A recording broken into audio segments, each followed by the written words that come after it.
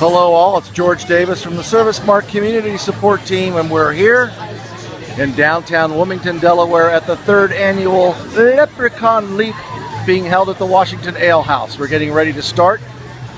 Start should go about 9:30. There's about 400 runners here. Service Mark is in support of the Ministry of Caring.